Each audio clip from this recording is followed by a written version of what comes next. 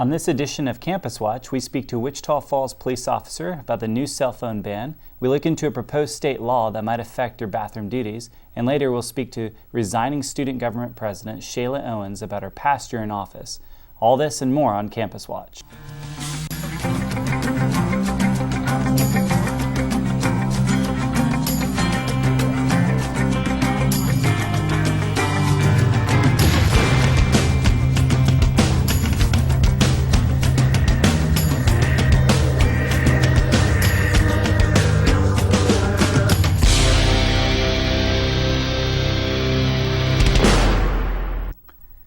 Hello and welcome to this edition of Campus Watch. I'm Derek Schneider.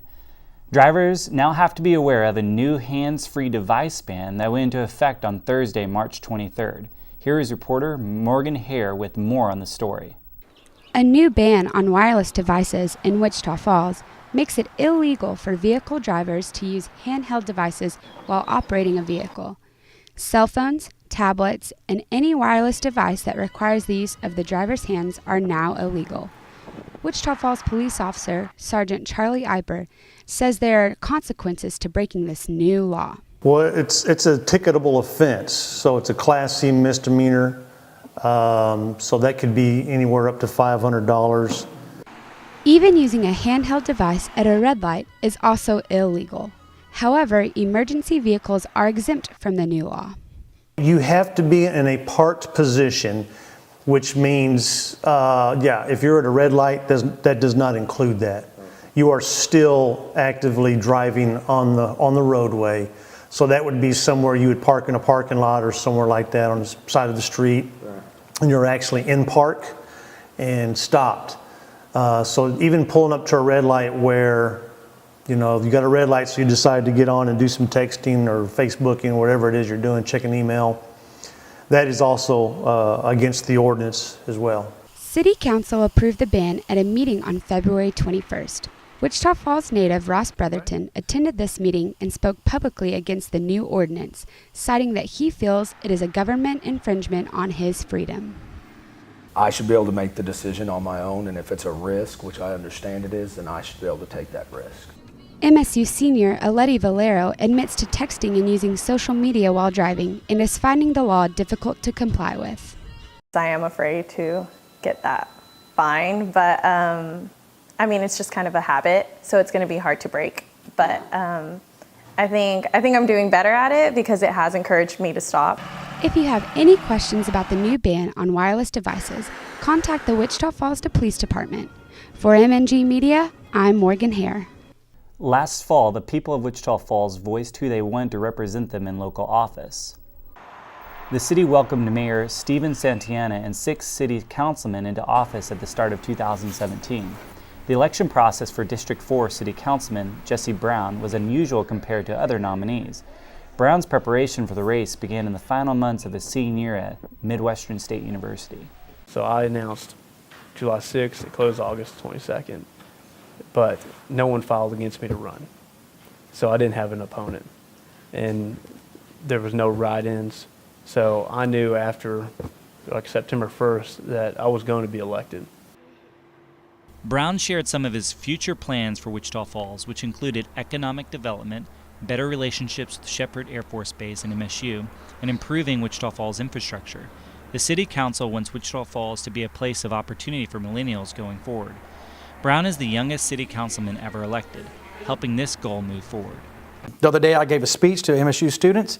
At the speech, I let them be civically engaged through the mayor. I told them I'd take the idea to keep millennials here. Give me one idea, we're going to vote on it. I'll take it to the staff and council, and I will promise we'll try to implement it. I gave them 10 minutes to break out into groups, and within 5 minutes I stopped everybody. I just said stop because I saw a commonality. I said, raise your hand if you want me to develop downtown Wichita Falls. 90% of the people raised their hand. Be on the lookout for new changes to revamp Wichita Falls. On Tuesday, January 31st, Governor Greg Abbott imposed an immediate hiring freeze on state agencies throughout the end of August, which includes positions at Midwestern State University. Reporter Noah Fazekas has more on the story. The hiring freeze Governor Greg Abbott imposed bans state agencies from posting new jobs or filling ones currently vacant. Local agencies that will potentially be affected include the Texas Department of Transportation, Texas Department of Motor Vehicles, State Highway Patrol, and Midwestern State University. Abbott predicted that the action would free up about $200 million. Marilyn Foley, the Vice President for Administration and Finance at MSU, has details about where the new savings will go. The reason he put the hiring freeze on was because of the foster care system. So he wanted to do some emergency fixes for the foster care system, and the state's budget is such that you only have, whatever the budget is, whatever the money's been planned for the year. So he's looking for money to help out the foster care system. Foley explains the security of student jobs at public universities. Student work jobs are normally on other sources of fund than state dollars. There is state work study and federal work study. So those are two areas. Federal work study obviously is not affected because it's federal money. The state work study is not affected. The governor came back and said, okay, those positions are not affected. So regardless of your source of funds, if you're a student, it's not affected. MSU Alumni and Student Organization Coordinator Jesse Brown speaks on the hiring discretion under the freeze that deals with MSU specifically. If the funds are already available, you can hire. If it's a private donation or gift for a position, you can hire. But that's a part of fully staffing, no. Although the hiring freeze affects many different state agencies, the impact on MSU is minimal. All frozen positions can go through an appeals process at the discretion of the governor. The hiring freeze will be lifted August 31st, 2017. For MNG Media, I'm Noah Fazikis. Speaking of freezes, Wichita Falls ISD is currently experiencing one of their own. Reporter Sterling Ellison has more on their story. Wichita Falls ISD has eliminated their choice program, which allowed students to choose what school they wanted to attend, even if they are zoned for a different school. 30% of Wichita Falls ISD students are attending a school they are not zoned for. The new policy changes will not revoke current transfers, only restrict new ones.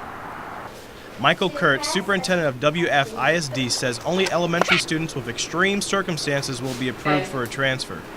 And they'd really have to present a pretty detailed case as to why their child can't attend their home school. Middle school and high school transfers, however, are based on a capacity and a first-come, first-served basis. Reagan Carroll, a third-grade teacher at Southern Hills Elementary, explains the first-come, first-served idea applies to teachers as well. So typically, if there are spots available in those grade levels that their students are in and their kids are in, then they would get the transfer. But you have to make sure that if you do that, you get your application turned in early, and there's always the chance that some schools have so many students that they can't add another one. And usually they'll try to make exceptions for a teacher's child, but that doesn't always happen. Craig Snodgrass, a WF ISD parent and former teacher, is concerned about the choice program changes affecting parents with multiple children.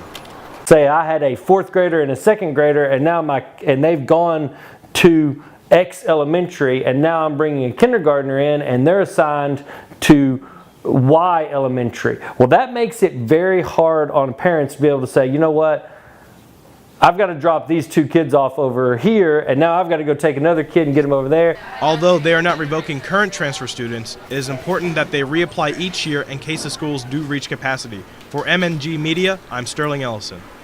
You may have heard MSU is maxed out on debt, but what does that really mean for MSU?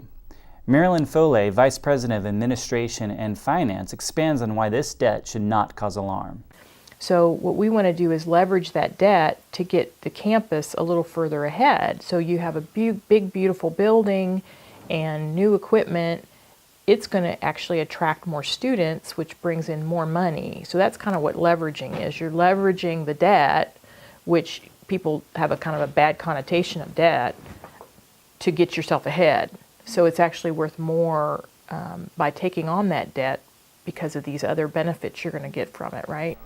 Although being in debt sounds like a bad thing, Foley explains it's a normal and necessary for university development.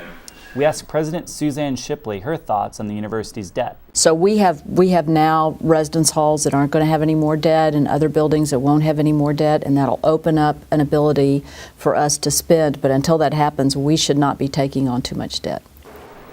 Just like student loan debt might be a necessary evil, it benefits you in the long run. MSU's debt is essentially the same concept. Borrowed money will lead to growth in all aspects of university life. There have been 2 executive orders on the travel ban. President Donald Trump signed the first executive order in early January, but it was deemed unconstitutional in federal court. The second executive order was issued to be put in effect on March 16th, but earlier that day, a federal judge put a hold on the ban on the basis of discrimination. President Trump says the reason behind this order was to prevent terrorist entry into the United States. The order bans 6 countries and their citizens from obtaining visas and entering into the United States. Elizabeth Isase, immigration specialist for Midwestern State University, gives more information on the travel ban. What we really need to be looking at is discrimination based on national origin. The new executive order is a bit different from the original one. Existing visas will now remain valid, and the new executive order bans 6 countries instead of 7. To have an executive order, banning people from Syria, Libya, Iran. The previous ban had Iraq, which has now been removed from the March executive order, as well as the Sudan and Yemen, is a little heavy-handed, okay? And even in the executive order now, Iraq, although not in the core group of the excluded countries, still involves heavily screening them and taking note. MSU has under 5 students who are directly affected by this ban. Advice given to these students was not to travel unless it's absolutely necessary, making this an issue considering their rights as human beings. When we come back, we will take a look at a proposed Texas bathroom bill targeting transgendered people, and stay in tune with our live interview with Shayla Owens. Welcome back. Over the past few years, the harvesting of wind power has swept across North Texas, threatening Wichita Falls' most profitable business. Shepherd Air Force Base has the largest economic impact in the region. Shepherd is a training base for pilots who have not flown before and need open space to ensure optimal safety. The Air Force chose Wichita Falls as a destination for the base because of its vast and flat land with little interference of tall structures. The Chamber of Commerce President, Henry Forsheim, warns that this presence of wind turbines not only compromises the training and safety of new pilots, but the existence of the base in Wichita Falls. So some people outside of the city could make a little bit of money from putting these wind turbines up on their property, and the next thing you know, Shepherd's gone. While there are those who would receive profit from wind turbines on their property, the community and the region's economy would suffer a $5 billion loss. In early March, the Texas Senate approved Senate Bill 6. SB 6, or more commonly known as the bathroom bill, requires people to use public restrooms according to their sex listed on their birth certificate. In 2016, Lieutenant Governor Dan Patrick named the bill a top priority. Although the Senate has approved the bill, the House of Representatives must approve it as well before it can take effect. Reporter Morgan Hare has more on how the possible passing of SB 6 could affect Wichita Falls. Texas House Speaker Joe Strauss expressed his opposition to SB 6 and even confessed that he would vote no to the bill. The transgender community of Wichita Falls is highly concerned about the effects of this bill if passed. Questioning the true intentions of SB 6, we have Zoe Liddell, a local transgender woman. Liddell, who hosts a local support group, feels that this bill is stripping away their rights. Well, the bill's intention has nothing to do with safety and all about discrimination. It's just segregation in its purest form.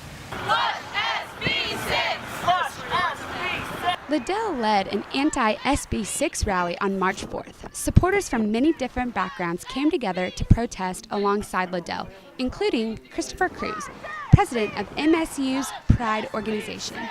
Cruz said that while some locals had negative reactions to the protest, the good outweighed the bad.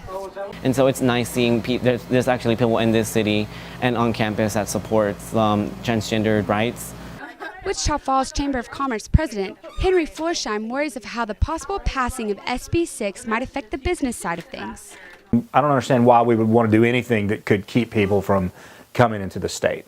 It's really a social issue that a certain demographic politically is pushing, but what happens is it's got a chance to really affect the state. Florsheim has had no Wichita Falls businesses contact him in support of SB 6. Florsheim and Liddell are both concerned that the passing of this bill will cause citizens to start policing their fellow citizens. You're asking random people to now scrutinize everyone who goes into the bathroom, and then if they happen to find someone they don't think should be in the bathroom, they call the police. We spoke to President Shipley about SB 6 and how the potential law might affect MSU. I've heard no one talk about this in higher ed, and everybody was talking about campus carry the whole session. So to me, the fact that none of my colleagues are really talking about this, it feels at the moment to us like a non-issue, that it's an issue we have anticipated, and we're trying to protect people's ability to explore gender identity at a time in life when people do it, but without encroaching on anybody else's comfort or freedom. Even though the Senate has passed SB 6, the House still has to pass it for the law to go into effect. With the publicly voiced no's from the speakers of the House, SB 6 is endangered of being flushed. For MNG Media, I'm Morgan Hare. On March 3rd, Midwestern State University students cast their votes for executive positions in the Student Government Association. The winning candidates include Maria Pena for president, Damian Da Silva as vice president, and Jalen Williams as secretary. SGA meetings are not only for policy discussion. Williams says they are much more than that. We've had people like the police chief, we've had President Shipley, we've had the dean of students, we've had many people come and speak about different programs, different things that they're implementing around the school. So I believe if you are unaware of the different events or unaware of what's even going on your campus, then you should show up to an SGA meeting. Pena encourages all students to attend SGA meetings so that their voices can be heard. A lot about what I want to do is to be as inclusive as possible and ensure that everybody is being represented as best as possible. Pena, Da Silva, and Williams begin their term at the end of the spring semester. We have Shayla Owens here with us today, and when we come back, we'll be sitting down with her to talk about her past year as student government president. Cut. All right, let's move it. Today I'm here with Shayla Owens, the current SGA president. Ms. Owens' term is coming to a close this semester, so we'll take a look back on her past year in office. Thanks for joining us. Thank you. What were your major issues during your campaign? So one of the major issues that we had to really tackle and help students understand was diversity and what that truly means for the campus and what that looks like within representation for the executives and throughout our office. How did you deal with those aspects? So the students actually dealt with it on their own. One of the major things that they could do was to cast their vote and choose a diverse group of students to represent them and represent their interests. And I think they did that. I and Andrea and Manny all come from different backgrounds throughout the university, different skills that we could bring to the office. And sometimes students didn't realize that diversity just doesn't mean your skin color, but it also means the differences in ideas and opinions that you bring to the table. That's great. What were your primary goals going into office? So inclusion was definitely a big one.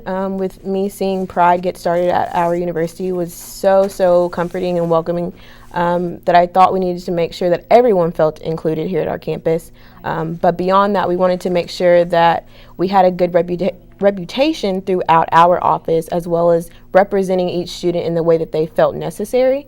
So we tried to make sure that we were at the meetings we were supposed to and sitting down at the table to make sure that students' voices were always being heard. That's great. How did your student body react to your leadership? I think they reacted pretty well. They have a chance to always come in and talk to me, and they've always used that opportunity to come into my office and voice their concerns or opinions, or even congratulate us on the things that we're doing outside of the office. So I've really enjoyed getting to work alongside my peers and also with the faculty and staff on campus. Tell me about the faculty and staff. How did they respond to that? I think they were very welcoming into the fact that Andrea and I and Manny were still new at our position, but they really wanted to make sure we had all the help and support that we needed. So whenever we asked them to come in and maybe moderate our debates or do a program with us, they were always very receptive of that, and they always wanted to help us. Well, great. Well, President Owens, thank you so much, or Ms. Michelle, thank you so much for joining us, and we appreciate it very much. Thank you. And thank you for joining us for another edition of Campus Watch. For MNG Media, I'm Derek Schnatter. Stay wild, Mustangs.